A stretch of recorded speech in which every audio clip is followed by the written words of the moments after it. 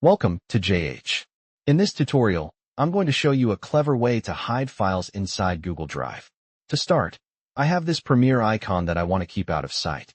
First, click on the More Actions icon, which is the three dots on the right. Navigate down to File Information, and then click on Manage Versions.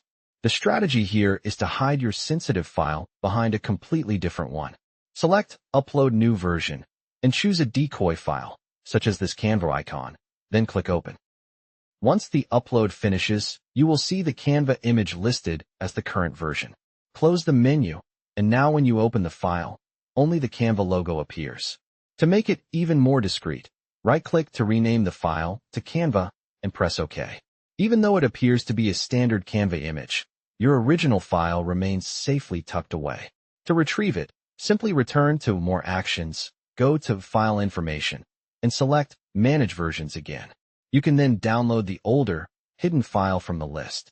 Thanks for watching. If you found this useful, please like the video and subscribe for more tips.